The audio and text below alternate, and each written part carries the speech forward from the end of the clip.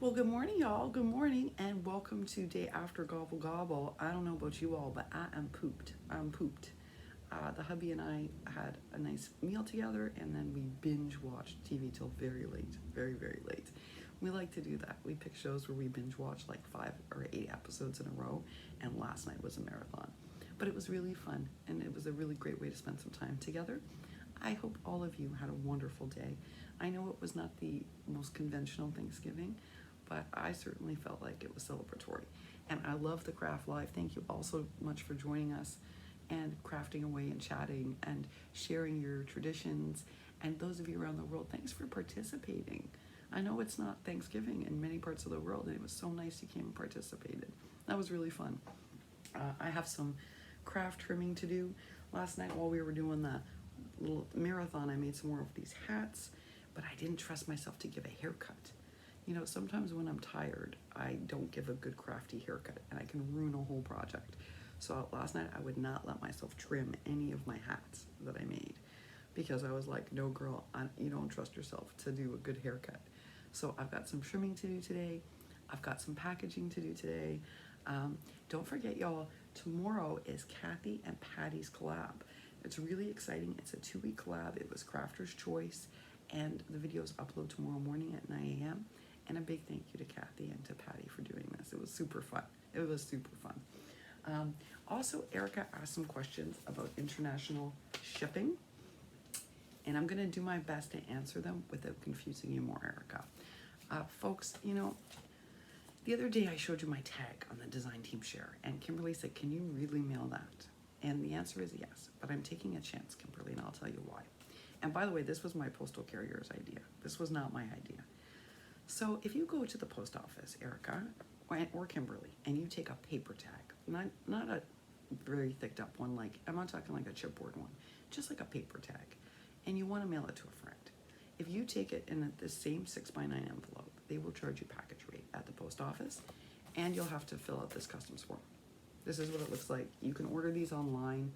I have a bunch, they're disinfected, that I keep here. This is what it looks like. You will need to fill this out. Whether you're sending to the UK, Canada, Australia, Singapore, doesn't matter. You gotta fill this out. Package rate to most countries starts at around $13. To Canada, it's a little bit less. To the UK, it's a little bit less. UK and Canada, believe it or not, are about the same price.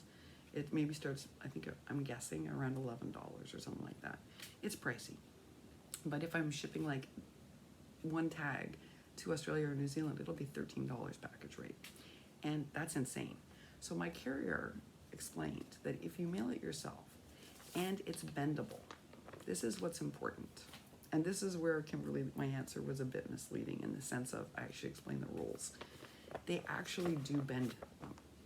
If it's bendable like this, you can send it for stamps. And my carrier's taught me that, and I've done a test. So I have sent all sorts of stuff to Alicia, to Alice, to Neil, to Solae, and they've all received it. Like, I know that Alicia's gotten everything I've sent her, and that was with stamps, mailing it from my post box downstairs in Florida. And I just am careful. What do I mean by careful? This is the largest I can send, which is a 6x9. I can't ever let it go over more than 1/4 of an inch. If I do, it's going to be package rate overseas. It's not that the 1/4 is actually the rule. It's my guideline. You actually have a little bit more density, but for me, anytime I go over 1/4, it ends up being a package rate. So I just make sure it's super thin and that it can be bent. So why was my answer the other day to you, Kimberly, a little bit misleading? That tag wasn't really bendable, but I packaged it in such a way in here that if they went like this, it probably is going to get through. That's the answer.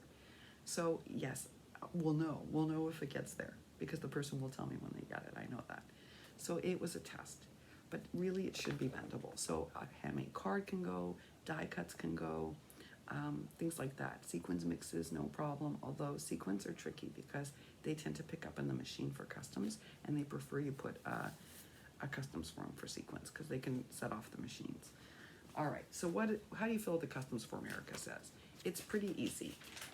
The ones in person are self-explanatory. Like they'll say like you, sender, and you put your name and your address. This says who are you sending it to, the addressee. You put their name and address. Then down here, this is where it gets a bit trickier. Check off gift. I just put paper craft supplies and the real amount, and then I put down any handmade items and the real amount. What you have to be careful of is a lot of countries, if the value of what you're sending is over $30, your recipient will get charged a duty tax. So be very mindful of that. In fact, there's a box over here you have to check that indicates if it's under $30 or over $30. I always check it's under $30, regardless of what's in the box, because otherwise the person I'm sending to will likely be charged duty, and it's happened. So that's why I'm very careful. I'd rather, if the box goes missing, replace it than have someone getting Happy Mail be charged $15 duty. That can happen. It's a real thing. So that's this box, Erica, that you have to choose. And it just says check one if applicable. And I always say that it's like $30 or less. And then down here, I do ask them to return the packages. I have had one package returned from Australia. Alicia Love Letter Generations package went missing, and I did get it back. It got sent back in Canada. It took months, but I did get it back. So make sure that you check off the box that says return to me. It says here restrictions, check all. So like return to sender is where you check that. And then you just sign it and date it, and that's it. And you hand this in with your package at the post office. But if you're using stamps at home, you don't need to fill this out. That's what's interesting. So if you want to save yourself all this paperwork and cost, then you can mail at home using stamps. But if you don't have a postal scale, you're gonna have to be very careful. Like it should be no thicker than this. That's it. Which basically means you can put in a handmade card and a few die cuts, or one paper tag, or you can't put a thick embellishment in because they can't bend that. You have to be really careful what you send. I have sent stickers easily. See, because stickers from like Hobby Lobby or DDT, they're bendable. And I recently sent Alicia Love Letter Generation some really cool patches that went for stamps because again, it was bendable and light. So stickers are probably the easiest thing to send overseas for the proper stamp rate because they're bendable and they're light. I don't know if this confused you more, Erica, or if it helped. I hope it helped. Reach out to me if you're stuck or you have any more questions. I'm happy to answer them.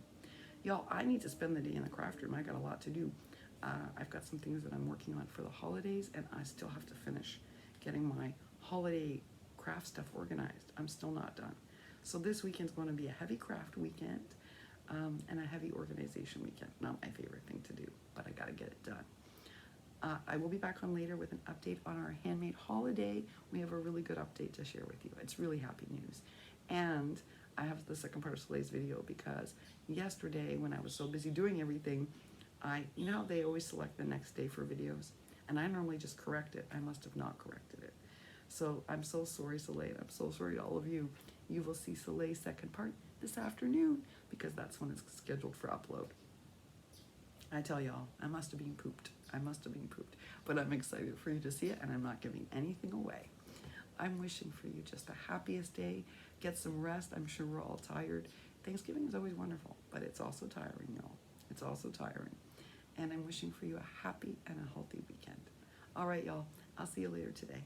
Bye for now.